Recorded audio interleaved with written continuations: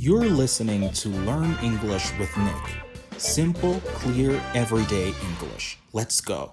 Today, I want to talk about something that almost every adult deals with: work. It doesn't matter if you love your job, if you're just okay with it, or if you're dreaming about doing something completely different. Work is a big part of our lives, and it shapes our days in many ways. Some people wake up early, get ready fast, and go straight to an office. Others work from home, still in their pajamas, sitting at a desk with a cup of coffee. Some people work with their hands, some with computers, some with customers, and some with ideas. But at the end of the day, we all have responsibilities, and that's what I want to talk about: how work feels, how it affects us, and how we manage everything we need to do. I think everyone has a work voice. You know, the voice you use when you answer a phone call or talk to a customer. Even if you're not trying, your tone suddenly becomes a little more polite, a little more professional, like the version of yourself that tries to sound responsible. And then when you finish the call, you go back to your normal voice. It's funny how people do that without thinking. Some of us have a work face too. It's the face you make when you're concentrating, or when your boss is walking by, or when you pretend you understand what someone just said in a meeting. Work can bring all kinds of emotions. Some days you feel productive, like everything goes smoothly. You finish tasks, you answer messages, you feel confident. Other days, it feels like you're moving slowly, like time stops and your brain doesn't want to cooperate. It's normal. Human beings are not machines, even if modern life often expects us to act like we are. Sometimes we need a break. Sometimes we need motivation.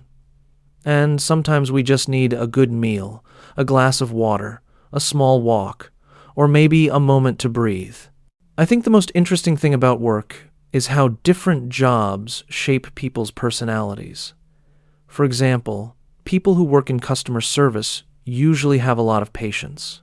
They talk to different people every day. Some kind, some rude, some confused, some in a hurry. They learn how to stay calm, how to explain things clearly, how to keep smiling even when they don't want to. People who work outdoors learn to deal with weather, noise, and movement. People who work at night develop different rhythms, different ways of organizing their sleep and their social life. Teachers learn how to speak loudly, how to give instructions, how to stay organized. Artists learn how to follow their ideas, even when they don't know exactly where those ideas will take them. Every job creates a different kind of strength.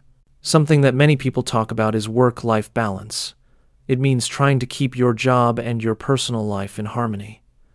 It sounds simple, but it is not easy. There are days when work takes over. You get home tired, you still think about your tasks.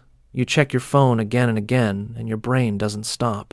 And then there are days when you want to focus on your personal life, your family, your hobbies, your rest, but work keeps calling you. Finding balance is something we all learn slowly.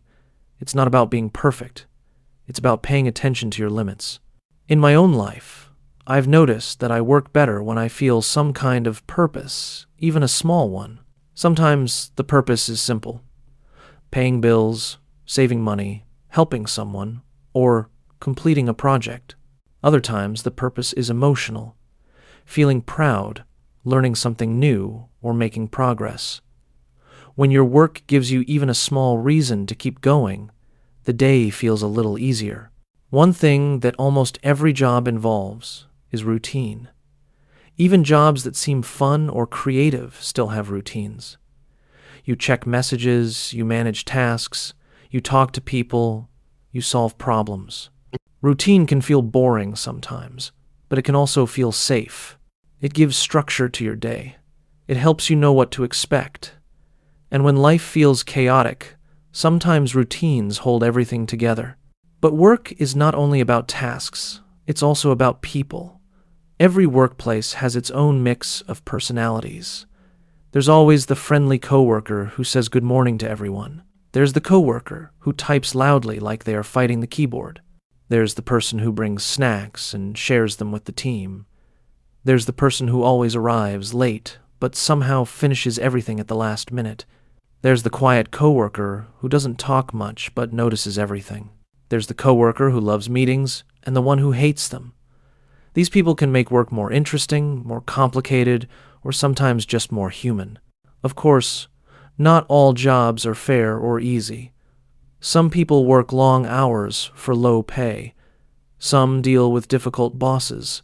Some work in stressful environments. Some feel invisible. Some dream about changing careers, studying something new, or starting their own business. And all of these feelings are valid. Work is not everything in life. But it is a big part, and it affects our health, our relationships, and our happiness. This is why it's important to rest, to take breaks, to take care of your body, and to remember that you are more than your job. Technology also changed how we work. Many people use phones, computers, apps, calendars, and online tools to manage their days. Meetings happen on video calls. Messages arrive instantly. Information moves fast. This can make life easier, but it can also make it harder to disconnect.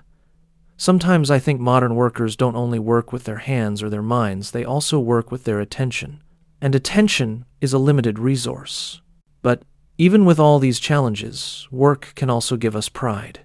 When you finish something, when you help someone, when you learn a new skill, when you solve a difficult problem, there's a small feeling of accomplishment. It reminds you that you're capable.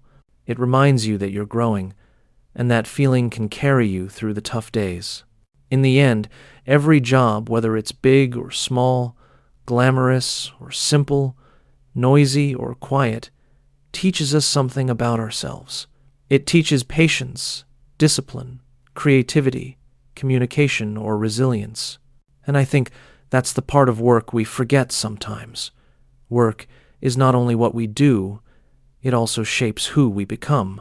So wherever you are, whatever job you have right now, remember that it's okay to have good days and bad days. It's okay to feel tired. It's okay to dream of something better. And it's also okay to be proud of the effort you make, even if nobody sees it. Work is part of the human experience, and we're all learning how to handle it, one day at a time.